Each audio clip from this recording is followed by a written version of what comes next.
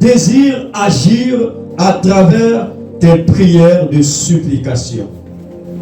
Puisque cette semaine nous avons prié pour les autres, nous avons fait des prières de supplication pour les autres. La première semaine, c'était des prières pour nous-mêmes.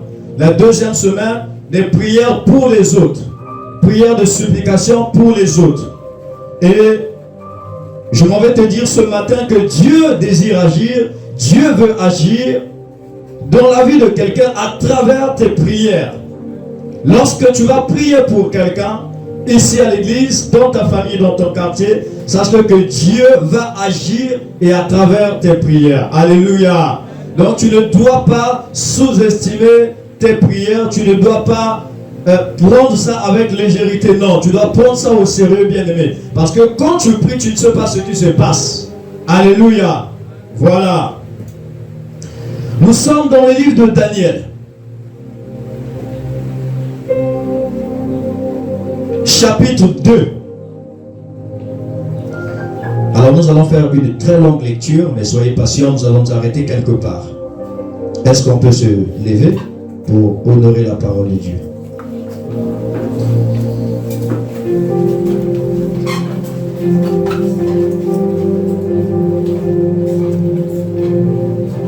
Daniel chapitre 2. On commence au début, donc le verset 1. On peut commencer par là. Lisons au nom de notre Seigneur Jésus-Christ. La seconde année du règne de Nebuchadnezzar, Nebuchadnezzar eut des songes.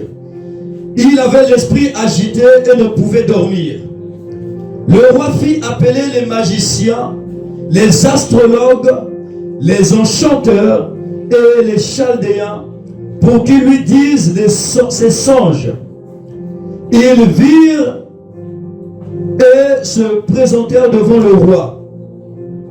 Le roi leur dit: j'ai eu un songe. Mon esprit est agité et je voudrais connaître ce songe. Les Chaldéens répondirent au roi en langue araméenne: ô roi, vis éternellement. Dis le songe à tes serviteurs et nous en donnerons l'explication. Le roi reprit la parole et dit aux Chaldéens: la chose m'a échappé. Si vous ne me faites connaître le songe et son explication, vous serez mis en pièces et vos maisons seront réduites en état d'immondice. Verset 6. Mais si vous me dites le songe et son explication, vous recevrez de moi des dons et des présents et de grands honneurs. C'est pourquoi dites-moi le songe et son explication. Ils répondirent pour la seconde fois: que le roi dise le songe à ses serviteurs et nous en donnerons l'explication. Le verset 8. Le roi reprit la parole et dit: je m'aperçois en vérité que vous voulez gagner du temps parce que vous voyez que la chose m'a échappé. Si donc vous ne me faites pas connaître le songe, la même sentence vous enveloppera tous. Vous voulez vous préparer à me dire des mensonges et des faussetés en attendant que les temps soient changés. C'est pourquoi dites-moi le songe et je saurai si vous êtes capable de m'en donner l'explication. Verset 10. Les Chaldéens répondirent au roi: il n'est personne sur la terre. Il n'est personne sur la terre qui puisse dire ce que demande le roi.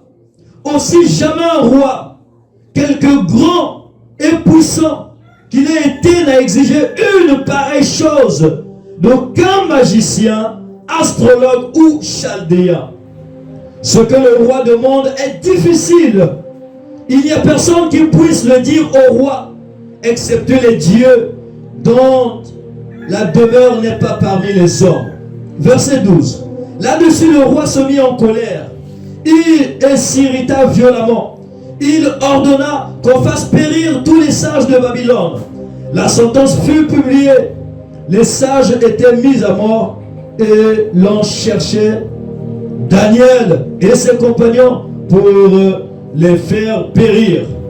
Alors Daniel s'adressa d'une manière prudente et sensée à Arjoc, chef des gardes du roi, qui était sorti pour mettre à mort les sages de Babylone.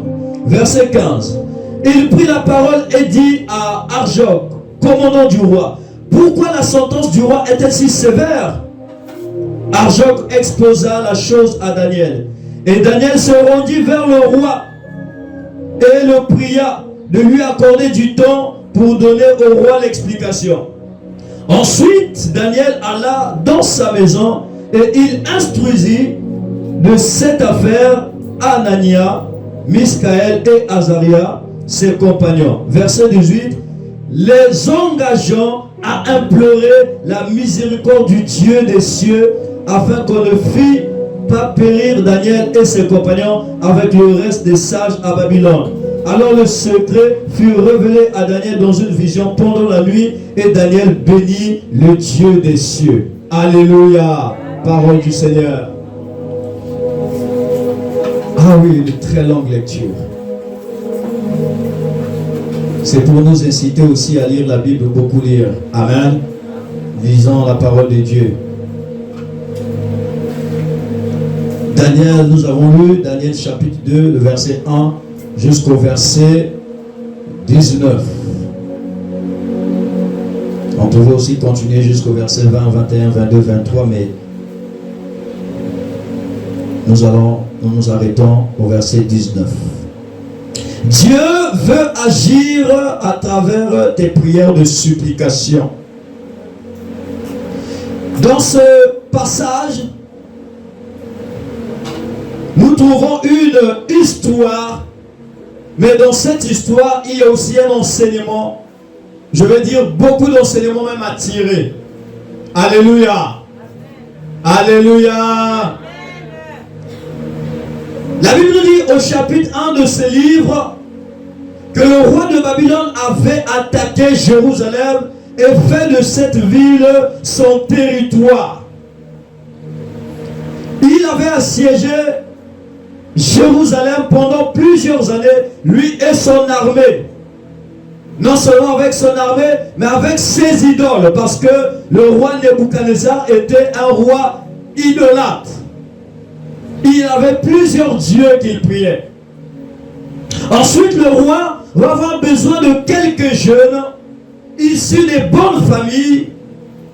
Et nous pouvons retrouver ça dans le verset 4 du chapitre 1. Là où le roi va dire, il a besoin des jeunes garçons sans défaut corporel, beaux de visage, doués de sagesse et d'intelligence, ainsi que d'instruction, capables de servir dans le palais.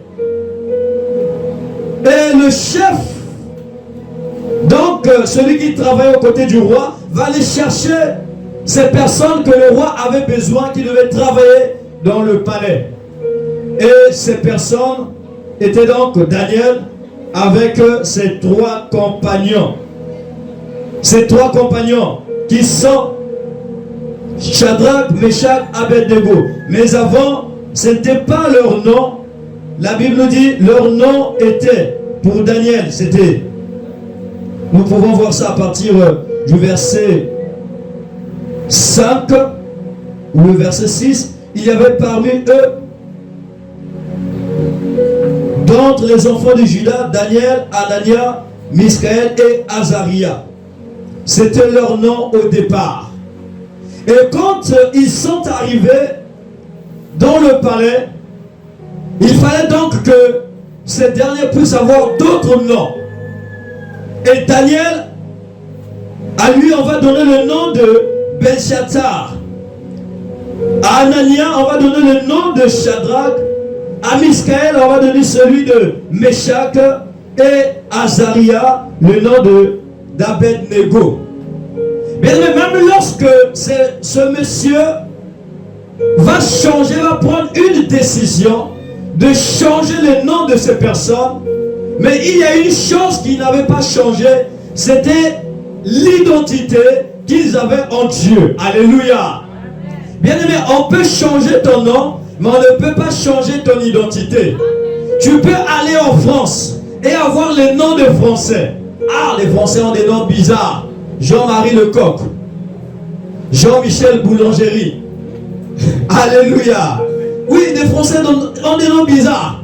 Donc on peut changer ton nom, mais on ne peut pas changer ton identité. Donc pour ce monsieur qu'on appelait Ashpenaz, qui avait changé le nom de ces 4 jeunes, en réalité il n'avait rien changé dans leur vie. Bien aimé, même si on enlève le nom que tu as, en tant qu'enfant de Dieu, tu resteras enfant de Dieu. En tant que chrétien, tu resteras chrétien. C'est pourquoi le frère Pasteur Patrice va dire chrétien jusqu'à la mort. Alléluia. Chrétien jusqu'à la mort. Personne ne peut changer ou encore enlever ce que Dieu a mis en nous ou ce que Dieu est en train de mettre en nous. Personne ne peut enlever ça. Même si on enlève le nom que tu as, mais on ne peut pas enlever la chose que Dieu avait déposée en toi. Parce que ces jeunes, ils avaient reçu quelque chose de la part du Seigneur. C'est pourquoi ils étaient différents. Ce n'était pas un hasard si on avait choisi ces 4. On pouvait choisir d'autres, mais c'est eux qu'on avait choisi parce qu'ils avaient quelque chose de différent. Alléluia.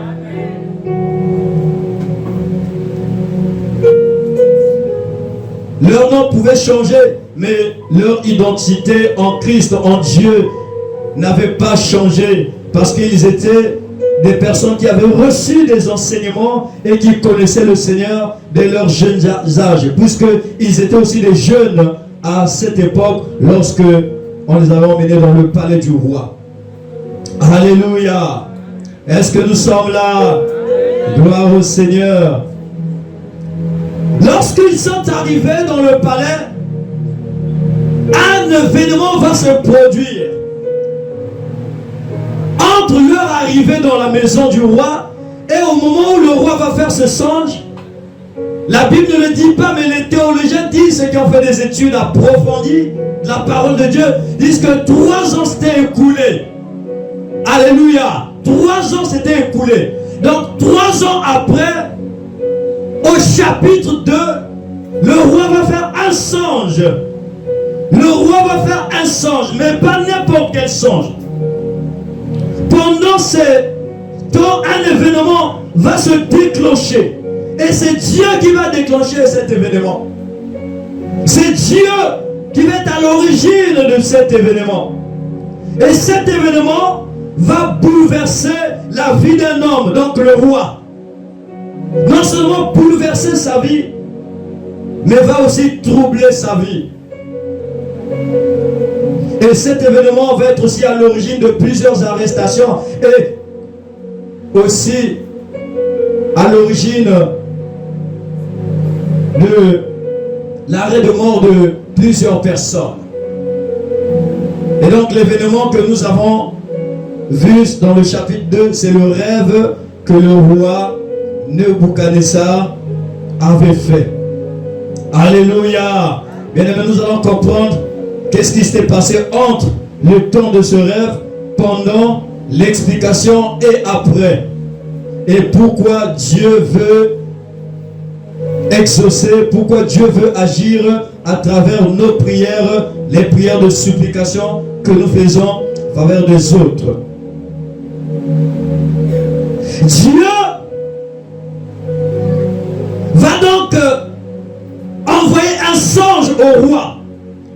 Bien que le roi était un homme idolâtre, bien que le roi avait plusieurs dieux, il avait autour de lui des magiciens, il avait autour de lui des astrologues, il avait autour de lui des chaldéens. Nous allons expliquer ces personnes-là un peu plus devant. Et aussi des enchanteurs. Le roi va faire un songe que nous avons dit qu'il va bouleverser, troubler sa vie. Mais il avait oublié le contenu de ce songe. Il avait oublié le contenu de ce songe. C'est pourquoi, bien-aimé, tu ne dois pas négliger les songes que tu fais. Alléluia. Il n'y a que lui. Mais le roi, lui, ne connaissait pas le Saint-Esprit. Lui ne connaissait pas Dieu, le véritable. Il connaissait les magiciens, il connaissait les astrologues, il connaissait d'autres dieux, mais il ne connaissait pas le véritable. Nous devons savoir qu'il y a une différence entre un songe et un rêve. Alléluia. Le songe, en réalité, c'est un rêve, mais c'est un rêve qui a un sens divin. Un songe est un rêve, mais qui a un sens divin. Mais par contre, le rêve n'a pas toujours le sens divin. Le rêve, ça peut être des pensées. Aux autres pensées, d'ailleurs, ce qui s'est passé dans la journée, dans la nuit, voilà que ces choses reviennent. Tu ne peux pas appeler ça un songe. Alléluia. Généralement, les songes ont un sens divin, en rapport avec le Seigneur, avec Dieu. Pour le roi, c'était oui un songe et non un rêve. Puisque la Bible dit que le roi Nebuchadnezzar eut des songes. Il y eut des songes.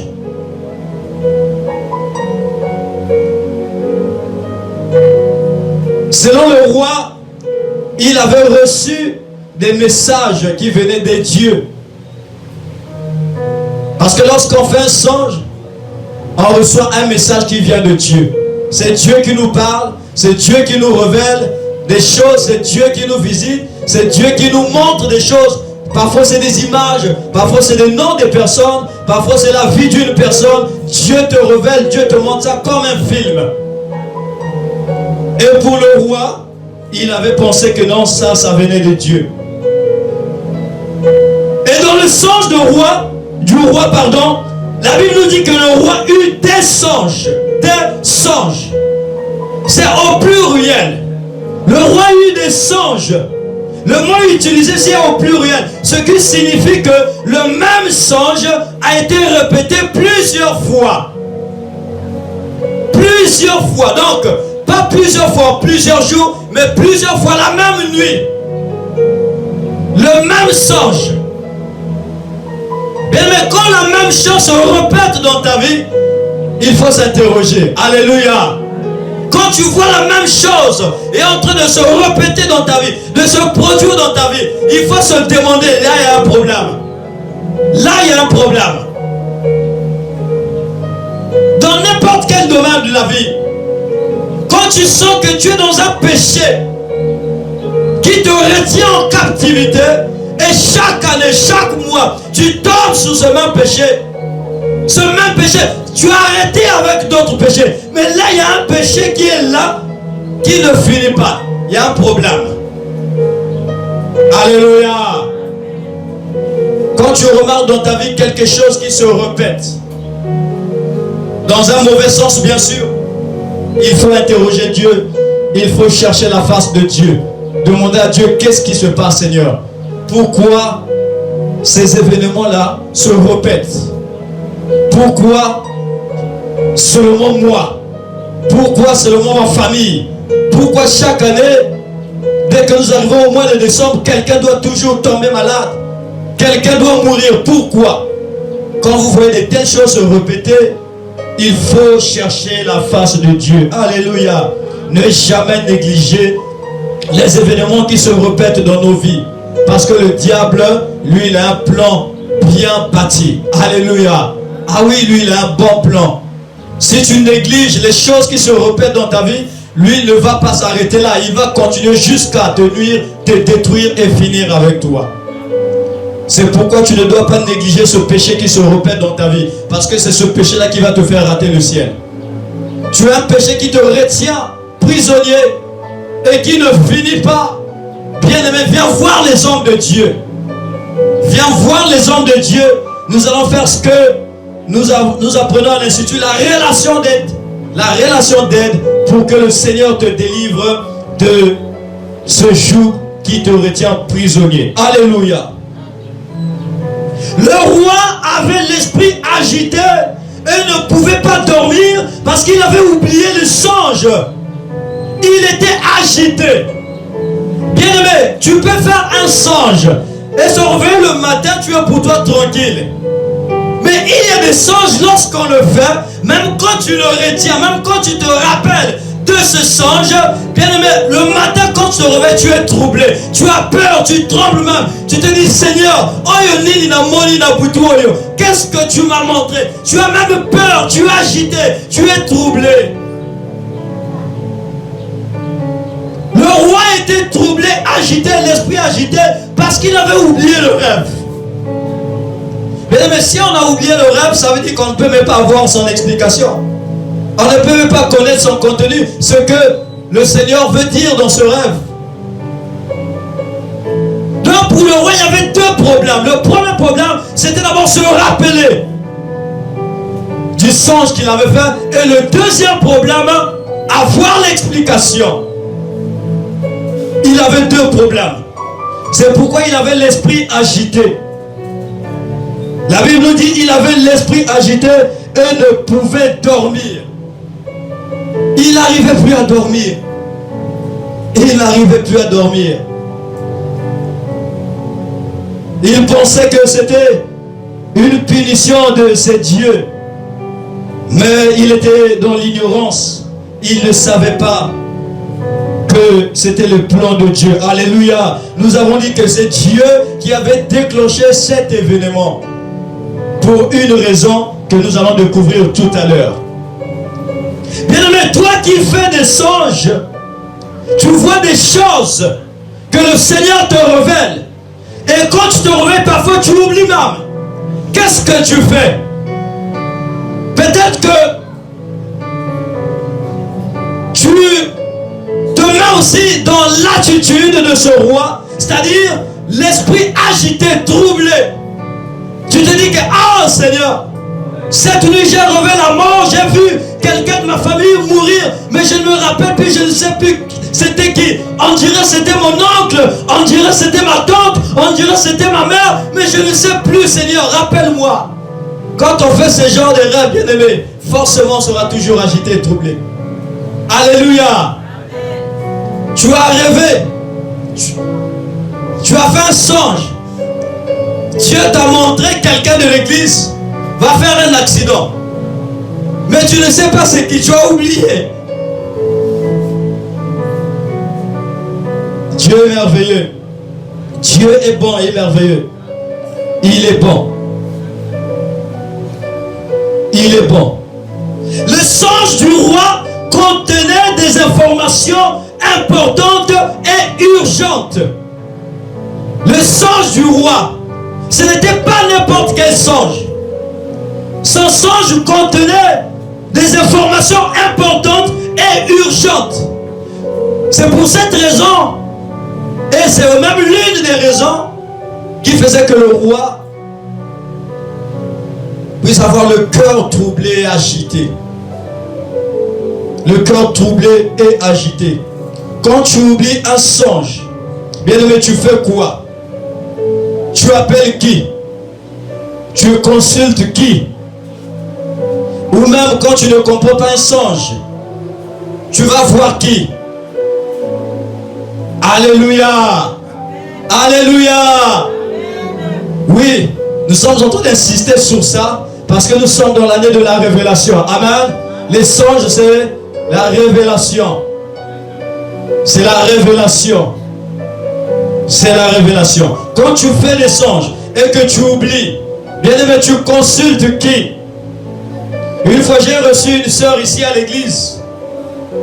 La sœur avait fait un songe. Dieu avait révélé. Vous voyez l'incendie qui a eu lieu au goudron ici. Le Seigneur avait révélé ça à une sœur ici à l'église. Alléluia. Dieu avait révélé ça à quelqu'un. Ça veut dire que nous avons des frères et des sœurs ici à l'église qui ne dorment pas, qui prient. Qui prient. Et qui prient véritablement. Qui prient pour l'église, qui prient pour les serviteurs de Dieu. Et lorsque nous avons prié avec elle, Dieu a montré que oui, le feu qu'elle avait vu, parce qu'on peut relever le feu, on peut voir le feu dans un sens, ça peut être dans deux sens. Le feu peut symboliser la présence de Dieu. Le feu peut symboliser aussi un événement tragique, malheureux qui peut arriver dans la vie d'une personne. Et pour le songe que la sœur avait fait, c'était dans le cas de cet incendie. Et je crois, 24 heures après, le lendemain, après avoir expliqué ce songe, c'est là où on apprend qu'il y a eu un grand incendie au goudron là. Au verset 2, la Bible nous dit que le roi oubliait le songe. Il avait l'esprit agité. Il a commencé à appeler les magiciens, les astrologues, les enchanteurs, les chaldéens. Qui sont ces personnes? Les magiciens que nous connaissons, c'est des personnes qui existent même encore jusqu'à ce jour. Ils sont nombreux dans cette ville de Pointe-Noire. C'est pourquoi j'ai posé la question, quand tu fais un songe et que tu as oublié son contenu, tu consultes qui, bien-aimé? Mais comme le roi n'avait pas la notion du grand Dieu, le véritable Dieu, celui qui révèle des choses cachées, qui sont même dans les profondeurs, il n'avait pas cette notion. C'est pourquoi il a fait appel à des sages. Et ces sages étaient des magiciens, des astrologues, des enchanteurs et des chaldéens. Des astrologues, ceux qui prédisent des choses, l'avenir, à travers les astres, donc les étoiles, le soleil et la lune. Ils sont là dans la ville de Pointe-Noire. Ils sont nombreux. Alléluia. Il ne faut jamais consulter ces personnes. Les enchanteurs sont des charmeurs, des séducteurs, des gens qui savent parler. Mais en réalité, c'est aussi des magiciens. C'est les magiciens. Les chaldéens, c'était des savants, des gens instruits qui étudiaient la science, l'histoire et l'astronomie. Mais ils pratiquaient aussi la magie. Donc ces personnes pouvaient avoir des noms différents, mais le point commun, c'est qu'ils étaient tous des magiciens. Alléluia. Ils étaient tous des magiciens. C'est comme de nos jours, beaucoup de gens que vous avez l'habitude de consulter, que vous appelez berger. Maman Mumbikoudi. Combien de Maman Mumbikoudi, mais vous ne savez pas qui elle est ou qui il est réellement. Oh Moussaba maman, si je connais une maman, tu l'as connue où? Quand tu dis je connais, tu l'as connue où? Tu connais cette maman comment? Est-ce que Dieu t'a révélé qui elle est pour dire que je connais cette maman? J'entends souvent ça. Je connais une maman, je connais un papa. Oui, ces personnes peuvent prédire l'avenir. Ces personnes peuvent te dire ce qui ne va pas dans ta vie, mais ils ne te diront jamais comment faire pour trouver la solution. Alléluia. Ce que je trouve de bizarre chez certaines personnes, même les enfants de Dieu, qui vont chercher la protection chez les féticheurs contre les sorciers, la protection contre les sorciers, contre les mauvais esprits chez les féticheurs. Ça dit qu'il sent qu'il est oppressé par des mauvais esprits, mais il va quand même voir un féticheur pour que va passer un single Kangawa, net capitaine. Je ne sais pas il y a quelle équipe. Brassard. Vous voyez, signe de protection. Ça me la protection parce que ma sorcier. Depuis quand un sorcier peut te protéger contre un sorcier?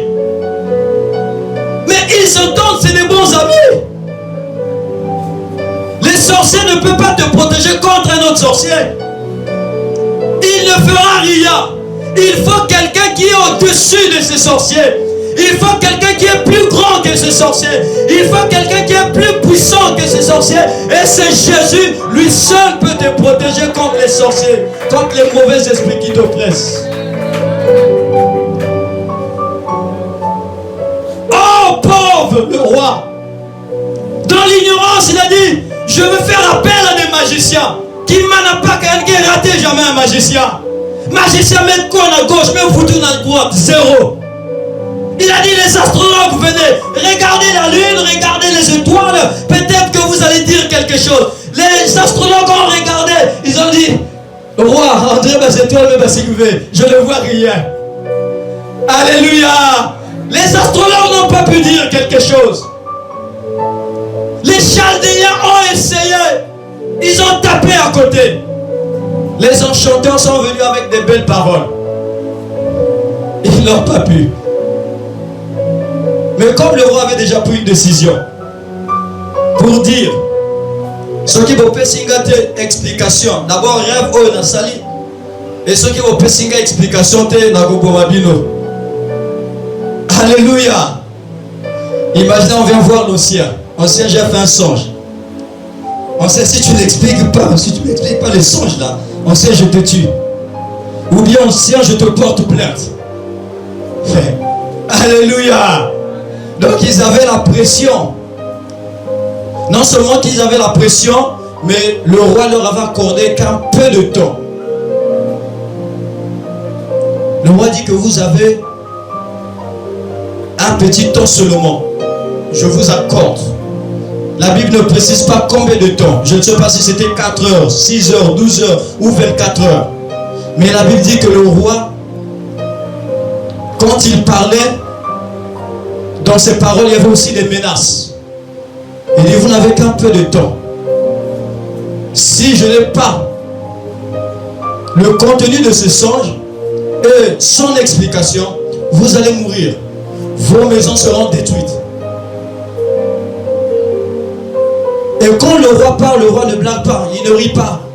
C'était une décision. Et le roi avait exécuté. Il avait demandé à son commandant Arjoc d'exécuter cela parce qu'il était en colère de ce que personne de ses sages n'avait pu donner l'explication ou encore rappeler au roi ce qu'il avait fait comme songe. Bien-aimé, ne consulte pas n'importe qui quand tu es troublé. Alléluia. Ne consulte pas n'importe qui. Ne consulte pas. Quand je dis n'importe qui, même dans la maison de Dieu, tu peux aller consulter quelqu'un. Ce n'est pas parce qu'il est dans la maison de Dieu que forcément il va te dire ce que Dieu t'a montré dans le songe. Quelqu'un peut aussi te dire d'autres choses qui n'a rien à voir avec ce que Dieu t'a montré. Et quand quelqu'un te donne l'explication du sens que tu fais, si tu n'es pas convaincu, si le Saint-Esprit te dit non, ce n'est pas ça, alors écoute seulement, ne prends pas ça en considération. Et cherche une autre personne ou demande à Dieu qu'il t'envoie vers quelqu'un qui va te donner l'explication du songe que tu fais, du songe que le Seigneur t'a montré. Alléluia. Ces personnes ont essayé, mais n'ont pas pu. C'était un échec. Vraiment un échec pour eux.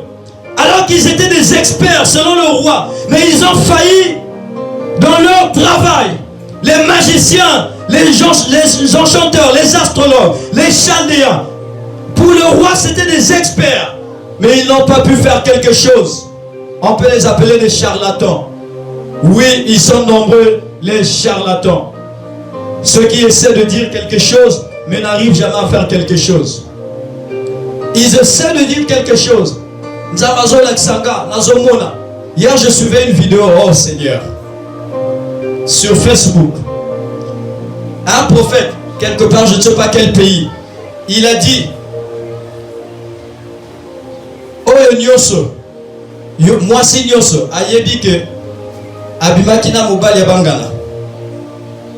Atelema esika azali. Alléluia. L'homme de Dieu a attendu. Aucune sœur s'est levée. Il a dit, je compte jusqu'à 7. Si tu ne te lèves pas, tu vas pisser là où tu es. Alléluia. Une vidéo que j'ai suivie hier. Il a compté 1, 2, 3, 4, 5. Il dit, mes sœurs, je ne plaisante pas. Arrivé à 7 dégâts. Vraiment dégâts. C'était compliqué. Les sœurs là où elles étaient, c'était compliqué. Ils essaient de dire quelque chose, mais ils ne peuvent pas nous approcher de Dieu, ces personnes. Ces personnes peuvent prédire l'avenir, peuvent dire des choses, mais ils ne peuvent pas vous emmener dans la présence du Seigneur. Jamais. Ces personnes peuvent dire la vérité, mais en eux, il n'y a pas la vérité. Ils vont vous dire la vérité. C'est pourquoi quand ils prophétisent, on entend des gens qui vont dire, c'est la vérité, papa, c'est vrai. Et les gars qui disent c'est la vérité. Mais lui qui est en train de dire la vérité, est-ce qu'il vit dans la vérité ou encore connaît-il véritablement la vérité? C'est pourquoi nous devons chercher la vérité qui est Jésus-Christ, parce que la Bible déclare, il est le chemin, la vérité et la vie. La vérité, c'est Jésus-Christ. La vérité, c'est Jésus, notre Seigneur, notre Roi. Dieu qui avait provoqué, déclenché l'oubli mystérieux de ces songes. Alors pendant que le roi va demander à son commandant d'aller exécuter ces personnes, Daniel, dans la discrétion, va se rapprocher donc du commandant pour dire, mais commandant Ninezele Kakuna, le roi a fait un songe, il a oublié le songe, donc il a dit à ses magiciens et les autres de lui rappeler son contenu, encore l'explication. Mais ces personnes n'ont pas pu, donc le roi m'a demandé d'aller les exécuter tous. Daniel va prendre son courage. Alléluia! Il va prendre son courage. Il va dire, Daniel va dire, laisse-moi aller voir le roi. Laisse-moi aller voir le roi. Parce que Daniel était dans le groupe des Chaldéens. Ils étaient là avec ses compagnons. Il devait recevoir les enseignements, donc la culture de ce roi pour servir plus tard dans le palais. Donc ça veut dire que peut-être eux aussi, ils devaient être exécutés. C'est pourquoi Daniel va dire, roi, accorde-moi un peu de temps seulement. Accorde-moi un peu de temps, nous allons te dire. Nous allons te dire. Bien-aimé, au milieu des faux, il y a toujours des vrais. Alléluia. Il y a toujours des vrais. Au milieu des faux, il y a toujours des vrais. Au milieu de ces magiciens, ces astrologues, enchanteurs et autres, s'est trouvé Daniel et ses compagnons, mais ils étaient différents. C'était des vrais. Alléluia. Et ils ne priaient pas un faux Dieu, mais ils priaient un vrai Dieu. Le Dieu d'Abraham, le Dieu d'Isaac, le Dieu de Jacob, le Père de notre Seigneur Jésus-Christ.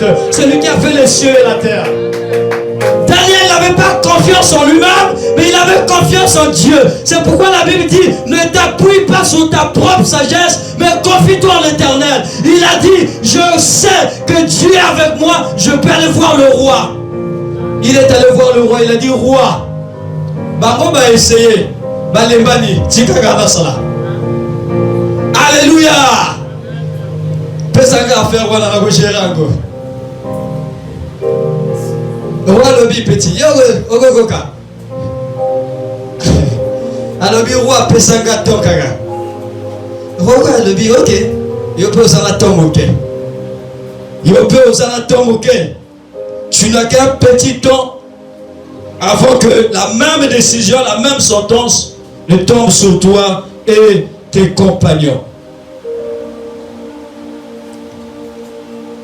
Daniel va rentrer chez lui à la maison.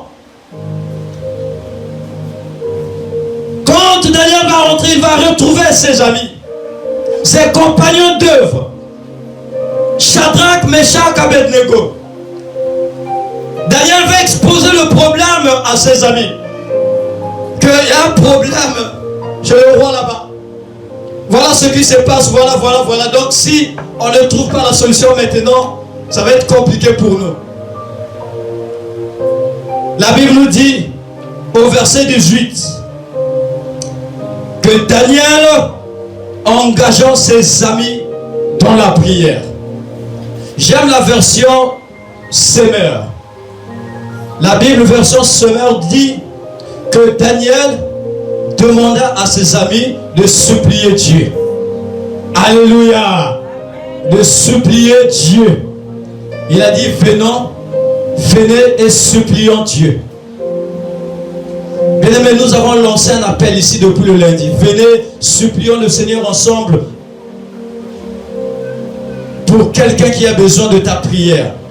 Pour quelqu'un qui a besoin que tu pries pour lui. Peut-être que tu n'étais pas là le lundi, le mardi, le mercredi, jeudi, vendredi, encore hier. Mais ce matin, nous allons le faire supplier le Seigneur. Alléluia. Nous allons le faire. Daniel n'avait pas supplié un homme, mais il a supplié Dieu. Il a supplié Dieu, Daniel. Et ses amis, ils ont supplié le Seigneur. Ils ont demandé à Dieu la révélation. Alléluia.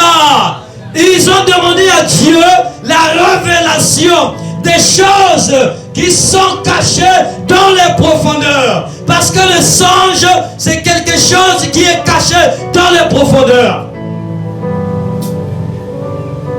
Ils ont supplié le Seigneur. Ils ont prié. Ils ont invoqué Dieu. Le véritable Dieu. Le Dieu.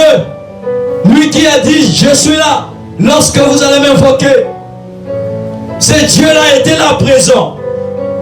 Bien-aimé, j'aime la réaction de Daniel. Daniel pouvait prier seul. Mais il n'a pas voulu prier seul. Il a engagé ses amis. C'est pourquoi, bien-aimé, il y a des problèmes qui nécessitent, il faut que tu t'associes avec certaines personnes dans la prière. Ne prie pas seul. Je sais que tu pries bien et tu pries beaucoup, mais il y a des problèmes, bien-aimé. Il faut que tu ailles voir un frère. Frère Gers, viens, prie avec moi. Ossien, viens, prie avec moi. Sœur, viens, prie avec moi. Daniel est allé voir ses amis. Il n'a pas voulu prier seul. Il n'a pas voulu supplier le Seigneur seul. Il a engagé ses amis. Et nous allons le faire ensemble. C'est pourquoi Matthieu 18, le verset 20, la Bible dit, car là où 2 ou 300 assemblés en mon nom, je suis au milieu d'eux. Dieu était présent au milieu de Shadrach, Meshach, Abednego et Daniel. Dieu était au milieu. Et comme des hommes justes, Jacques 5, le verset 16, la Bible dit que la prière fervente du juste a une grande efficacité. Lorsqu'ils ont prié, ils ont supplié le Seigneur, Dieu agit. C'est pourquoi nous avons dit que Dieu veut agir à travers tes prières de supplication.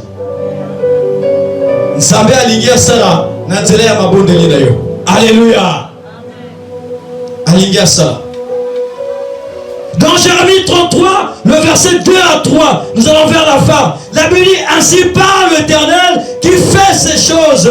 L'Éternel qui les conçoit et qui les exécute. C'est Dieu qui a conçu les rêves. Et il n'y a que Dieu qui peut aussi donner l'interprétation des rêves. Et il a dit, invoque-moi, je te répondrai. Je t'annoncerai des grandes choses, des choses cachées que tu ne connais pas.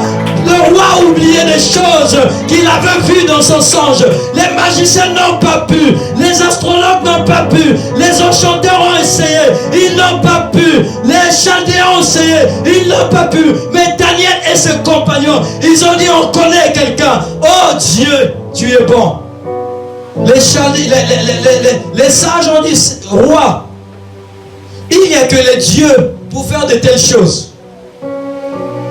Ils ont dit, il n'y a que les dieux. Quelle erreur, ils pouvaient dire, il n'y a que Dieu. Mais ils ont dit, il n'y a que les dieux. Mais Daniel et ses compagnons, ils n'ont pas vu les dieux, mais ils ont vu Dieu. Alléluia. Bien aimé, nous ne prions pas les dieux, mais nous prions Dieu. Je ne sais pas tu as combien de dieux, mais moi je n'ai qu'un Dieu. Et à EMD, on n'a qu'un Dieu, qu'un seul Seigneur, un seul Sauveur, un seul Esprit, et il est vivant ici. Alléluia. Bien aimé, si tu as 2 dieux, tu seras perdu dans ta vie. Tu seras perdu. Je veux même dire que tu es déjà perdu. Si tu as 2 dieux, la Bible dit que nous ne pouvons pas servir 2 maîtres. Tu ne peux pas servir 2 maîtres. Tu viens à EMD, quand tu vas dehors, Mungu wa matatu n'a pas bougé. Et dans le sol à batol. Mungu wa matatu n'a pas bougé batol. Mais tout ça, ça ne te dérange pas.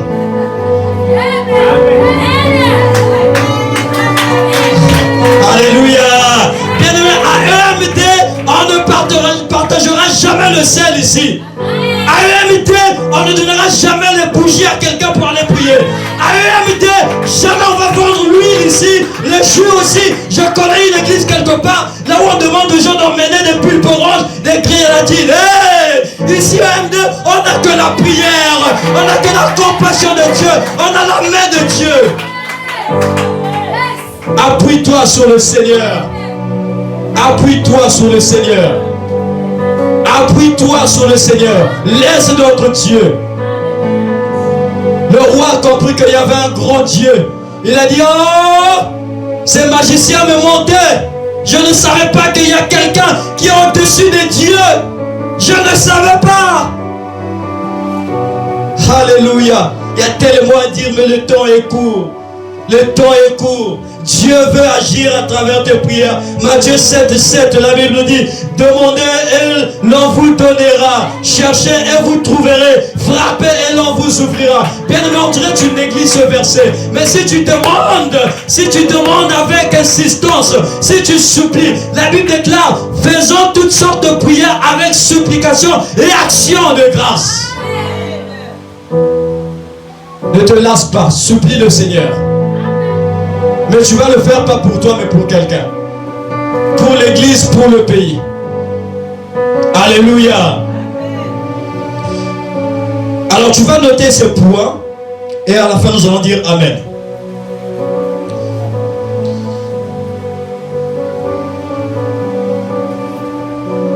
La Bible nous dit, lorsque,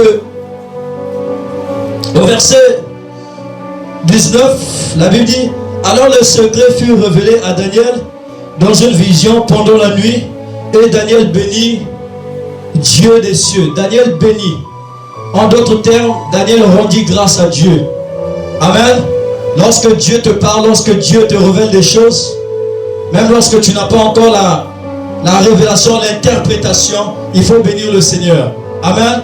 La Bible dit, heureux ceux qui croient sans voir. Alléluia. N'attends pas. Ne sois pas plutôt comme ceux-là. Pour croire, il faut d'abord voir. Non. La Bible dit, tout ce que vous demandez dans la prière, croyez que vous l'avez reçu. La Bible dit que Daniel rendit grâce à Dieu. Notez ces points. Notez seulement. Nous n'allons pas commenter. Et à la fin, nous allons dire Amen. Le premier point. La Bible nous dit que lorsque Dieu a répondu à Daniel, alors dans les versets qui suivent, Daniel a énuméré 7 caractéristiques qui décrivent les bontés de Dieu. Le premier point, Dieu, il est celui qui change les temps et les circonstances. Alléluia. Dieu, il est celui qui change les temps et les circonstances. Deuxièmement, Dieu, il est celui qui renverse et établit le roi. Il est celui qui renverse et établit le roi. 3. Dieu, il est celui qui donne la sagesse aux sages. Il est celui qui donne la sagesse aux sages. 4. Dieu, il est celui qui donne la science à ceux qui ont de l'intelligence. Dieu, il est celui qui donne la science à ceux qui ont de l'intelligence. 5. Dieu est celui qui révèle ce qui est profond et caché. Il est celui, le seul. Notez, complétez le seul. Complétez le seul. Il est celui et le seul véritable qui révèle ce qui est profond et caché. Sixièmement, Dieu, il est celui qui connaît ce qui est dans les ténèbres. Dieu est celui qui connaît ce qui est dans le ténèbre. Et enfin, Dieu est celui qui est la lumière, qui demeure dans la lumière et qui a dit dans sa parole, si vous marchez avec moi, vous ne marcherez pas dans les ténèbres, mais dans la lumière. Le roi avait besoin de la lumière. Il y a un frère que tu connais. Il y a une sœur que tu connais. Je sais que tu connais quelqu'un qui est dans le ténèbre en ce moment. Vivre dans le péché, bien aimé, nous plonge dans les ténèbres. Lorsque tu n'as pas Christ, tu es dans le ténèbre. Lorsque tu as deux dieux dans ta vie, tu es dans le ténèbre. Jésus est la lumière du monde. Il est là ce matin. C'est pourquoi je veux t'inviter à te lever là où tu es. Tu vas te mettre debout.